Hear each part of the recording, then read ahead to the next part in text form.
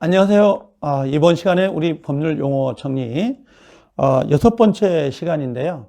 가장 많이 쓰는 게 이제 우리가 법규라는 거 내용에 강행법규라는 게 있고 의무법규 요 두 가지가 있거든요. 이 강행법규와 의무법규가 어떤 내용인지 요걸 좀 하나 정리해 드릴게요. 자, 일단은 교과서로는 우리가 65페이지 용어집입니다. 65페이지 아니면 그냥 꼭 이 교과서가 있어야 되는 건 아니에요. 그냥 듣고만 계셔도 충분하지 않을까 생각이 됩니다. 자, 강행법규, 의무법규하고 나오는데 요 강행입니다. 강행법규. 느낌이 강하다는 느낌 있죠? 요건 의무법규 그 내용인데요. 자, 우리가 요걸 하나 좀 정리를 해 볼게요. 우리가 강행법규가 어떤 거냐? 요 강행법규입니다. 자, 강행법규. 그 다음에 의무법규인데 강행, 의무. 강행은 두 개를 나눌 때 우리가 103조라는 내용을 많이 쓰고 115조를 내용을 쓸 건데요.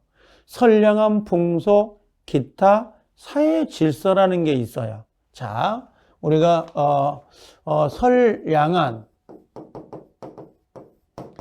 풍속, 기타, 사회 질서라고 하거든요. 사회 질서와 자, 여기 보면 강행법규는 선량한 풍속, 기타 사회 질서와 관계가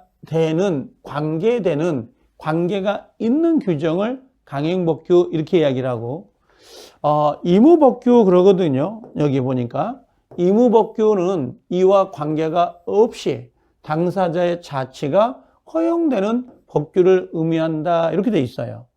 의무법규는 당사자 의사에 따라서 법규의 적용을 배제할 수 있는데, 자, 요건 사적 자치의 허용이 이루어진다라고 되어 있는데요. 자, 어떤 내용이냐면 요걸 해볼게요. 지금 강행법규다라고 이야기할 때, 요 강행법규를 이야기할 때는 요걸 좀 줄여서 이야기를 해볼게요. 뭐 선량한 풍속, 기타 사회 질서와 관계가 있는 규정, 그럼 너무 기니까 그냥 이렇게 해보게요. 줄여가지고 저는 선풍기와 관계가 있으면, 선풍기가 뭐예요? 선량한 풍속, 기타. 선풍기와 관계가 있으면 강행법규고요.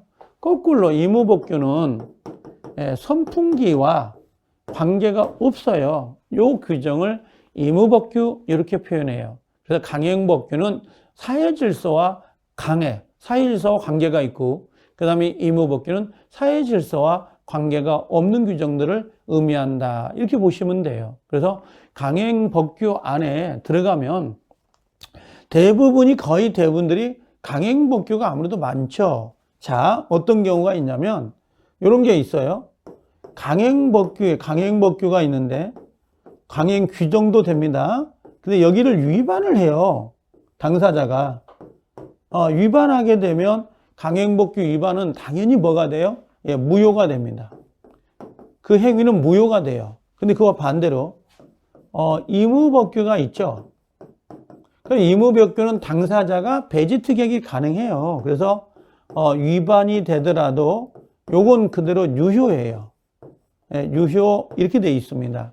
강행법규, 그 다음에 의무법규 이렇게 이야기할 때. 그래서 보통 우리가 민법 총칙, 물권법, 계약법하고 민법이 나눠지잖아요. 근데 물권법은 대체적으로 강행법규가 많습니다. 근데 그와 반대로 계약은 사적 자치가 이루어지기 때문에 계약은 거의 90% 이상이 의무법규가 많습니다. 그래서 강행법규는 반드시 지켜야 되는 규정이고, 그다음 의무법규는 지켜도 되고 지키지 않고 별도로 다른 약정을 해도 상관이 없어요. 그래서 나중에 이제 우리가 내용에 가면 이런 게 있습니다. 예를 하나 들어보면 어떤 게 있냐면, 갑이란 사람이 집이 있어요. 그리고 이렇게 을이 있는데 갑이란 사람을 우리가 이렇게 불러보자고요. 뭐라고 할 거냐면 갑을 임대인, 집주인, 집을 대여하는 사람, 임대인이고요. 을을 우리가 뭐라고 하냐면 을을 차인 이렇게 불러요. 임대인, 임차인 이렇게 부릅니다. 그러면 임대인은, 임차인은 그게 있는데, 임대인 입장에서는 그 물건을 사용하고, 그 다음에 요 수익하게 해줘야 돼요. 누구에게? 요 임차인에게 사용할 수 있도록. 근데 임차인은 또 거기에 따라 차임이라는 거 있잖아요. 월세. 그 월세를 내야 될 의무가 있어요. 근데 만약에, 또 요 을이라는 사람이 요 집에 살다 보면 뭐 보일러가 고장 나거나 뭔가 그 물건이 망가질 수 있잖아요. 그럼 요 임대인이 이걸 고쳐줘야 될 의무가 있다 이거지. 사용 수익을 해야 되니까. 근데 요 을이 비용을 들여가지고 고쳐요. 그렇죠? 고쳐. 집주인한테 보통 보일러가 고장 났어요. 고쳐주세요. 그럼 집주인이 뭐라고 하겠어요? 당신이 불러다가 고친 다음에 영수증을 저에게 보내주세요. 그럴 거라고. 그럼 임대인 그 영수증을 보고 다음 달 월세에서 이만큼 공제하고 나머지 주세요. 이렇게 이야기를 하거든요. 그 이유가 이 임대차의 목적물을 사용하고 수익할 수 있도록 누가 해줘야 돼요? 임대인이 해줘야 되기 때문에 일부러 그런 약속을 하는 거죠. 근데 만약에 요 비용을 원래 원칙은, 조문상의 원칙은 임대인이 부담을 하는 게 맞아요. 이렇게 규정이 돼 있어요. 민법 규정이. 근데 요게 의무 규정이라는 거야. 그럼 의무 규정은 당사자가 요걸 배제할 수 있잖아요. 의사에 따라. 그럼 임대차 계약을 할 때에 임대인이 임차인에게 야, 혹시 비용이 들어가더라도 그 비용은 누가 부담해요? 임차인 당신이 좀 부담하면 좋겠다. 그 대신 내가 월세 한 2만 원 까줄게. 그랬더니 임차인이 그럽시다 라고 하더라 이거지. 그럼 둘이 약속을 한 거죠. 그럼 서로 간에 그 의사에 따라서 그 내용을 배제할 수 있다. 이렇게 보시면 돼요. 배제 가능하다. 그래서 비용은 원칙은 임대인이 부담하지만 예외적으로 이걸 누가요? 임차인이 부담하게 할 수도 있다 없다? 있다는 거야. 그러면 원래 이 비용에 관한 규정은 임대인이 부담해야 되지만 법의 규정이 돼 있지만 이걸 배제해버리고 임대인과 임차인이 약속을 해서 임차인이 부담하게 하는 경우 이런 것들을 우리가 의무규정 이렇게 이야기를 해요. 그래서 의무규정은 규정된 내용을 위반했다 하더라도 원래 임대인 부담해야 되잖아요. 근데 새로 약속을 해서 임차인 부담하기로 그래도 유효다 이렇게 보면 돼요. 강행규정은 안 돼요. 강행규정은 위반하게 되면 당연히 무효가 되죠. 이것들은요. 그런 부분이 있습니다. 그래서 강행법규, 의무법규 이 두 가지 정도를 나눌 건데요. 나중에 이렇게 생각하면 돼요. 강행규정은 선풍기, 선량한 풍속, 기타 사회질서와 관계가 있어요. 사회질서와. 근데 의무법규는 사회질서와 관계가 없는 규정을 의미한다. 이렇게 생각을 하시고 접근하면 되고요. 우리 시험에 나중에 가면 의무규정에 아주 시험에 잘 나온 것 중에 그런 것들은 있어요. 의무규정에 어떤 내용들이 나오냐면, 어떤 게 나오면 이런 거 있어요. 의무규정의 가장 대표적인 게 나중에 가면 외우긴 해요. 이걸. 의무규정하고 나올 때에 가장 대표적으로 요 착오라는 게 있어요. 착오. 요 나중에 109조에 있는데요. 요건 의무규정이에요. 착오는. 그래서 착오라는 의사표시는 나중에 나올 거고요. 그 다음에 두 번째로는 우리가 의사표시는 상대방에게 도달해야 된다. 이런 게 나오거든요. 그래서 도달주의, 도달이 되어야 되는데요. 도달이 원칙은 도달이에요. 원칙은 도달인데 도달 말고 당사자가 임으로 이걸 뭐 발신할 때 하고 이렇게 배제도 돼요. 이거 꼭 원칙을 따라가지 않아도 상관은 없거든요. 그래서 의무규정이나 착오, 도달 이런 것들은 거의 대부분들이 의무규정이 많고요. 나중에 가면 또 뭐 세 번째 유치권이라는 권리도 나와요. 유치권 뭐 네 번째 상린관계라는 것도 있습니다. 나중에 우리가 배울 거거든요. 이런 것들은 대표적으로 민법상의 의무규정들이에요. 그래서 외워두면 나중에 좀 편하긴 하더라고요. 전체적으로. 자, 일단 좌우지간 의무복귀하고 강행규정은, 의무복귀와 강행규정은, 그렇게 생각하면 되죠. 가볍게. 강행규정은 선, 풍, 기와 관계가 되는 거고요. 의무규정은 관계가 없는 거. 당사자 따라서 적용 배제가 되는 것을 의미한다. 의무규정은 적용 배제. 강행법규는 선풍기. 이런 식으로 정리를 하시면 될 것 같아요. 알겠죠? 그래서 물권법은 대체적으로 90% 이상이 강행규정이고요. 계약법, 우리가 배우는 계약법은 90% 이상이 의무규정이에요. 의무규정. 그렇게 정리를 하시면 될 것 같아요. 아셨죠? 자, 그럼 또 하나 우리가 좀 정리를 해볼 것은 요걸 하나 좀 해볼게요. 여기 지금 갱신이라는 글자가 나오거든요. 갱신. 요 갱신.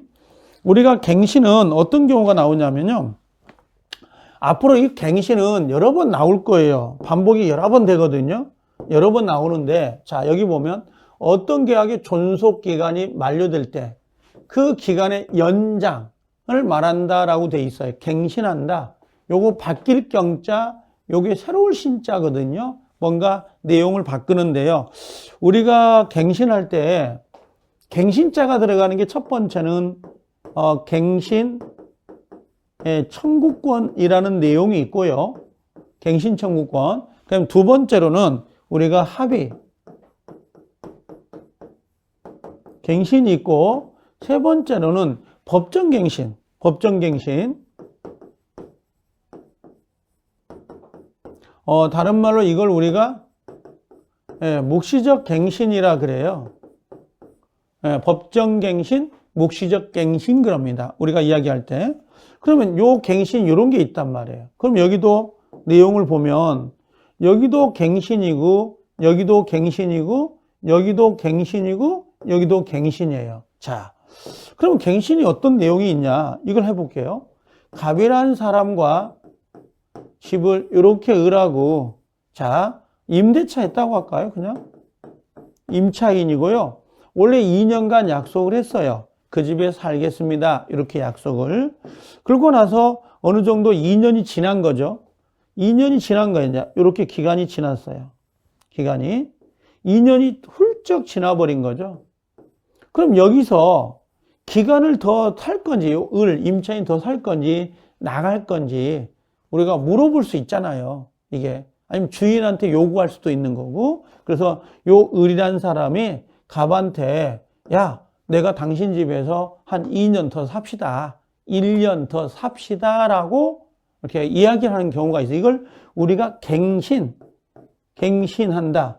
뭔가 바뀔 겸 새로운 신자, 기간을 연장해서 더 살겠다라고 하는 거 있죠? 요걸 우리가 갱신 청구권 이렇게 이야기를 해요. 갱신 청구권. 그래서 존속 기간이 보통 만료가 되면 우리가 기간을 연장해 주세요. 이렇게 이야기를 하거든요. 이런 것들이 갱신 청구예요. 그래서 나중에 또 하나 해보면 갑이 토지가 있는데요. 이 토지를 을이라는 사람이 그 토지, 남의 토지 위를 사용하는 방법이 지상권이라는 게 있고요.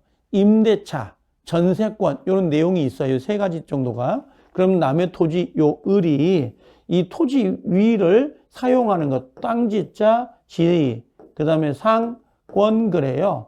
지상권, 땅 위를, 남의 토지 위를 사용할 수 있는 게 지상권인데, 기간이 만약에 이렇게 해서 만료가 됐어요. 요 기간이, 약속한 기간이 만료가 됐다.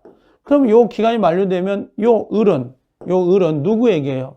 요 을은 갑이라는 사람에게, 야, 나 당신 집, 당신 땅에다가 내가 더 쓰고 싶어요. 더 사용하고 싶어요. 그래서 여기서 뭘 한다는 거야? 여기다가 기간이 만료되니까 갱신을 청구해요. 이렇게 연장해 달라는 거죠. 갱신. 그랬더니 갑이 뭐라고 그래? 그렇게 하세요. 그럼 여기서부터 요렇게 연장이 돼요.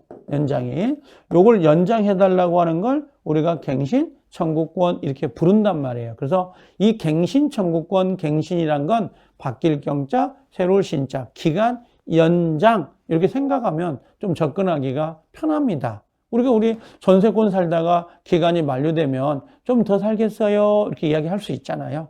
갱신해 주세요. 이런 거, 법정갱신. 우리가 전세권 같은 경우도 기간 만료 언제부터죠? 6월부터 1월 사이. 그러니까 기간 만료되기 전입니다. 전. 예를 들면 이렇게 여기가 기간이 만료돼요. 그럼 기간 만료되기 전 여기서부터 6개월 남았어요. 6개월에서 기간 만료 전 1월 전까지는 요 사이에서 아무 말이 없으면 집주인, 그죠? 아무 말이 없으면 여기 요 기간이 만료되죠.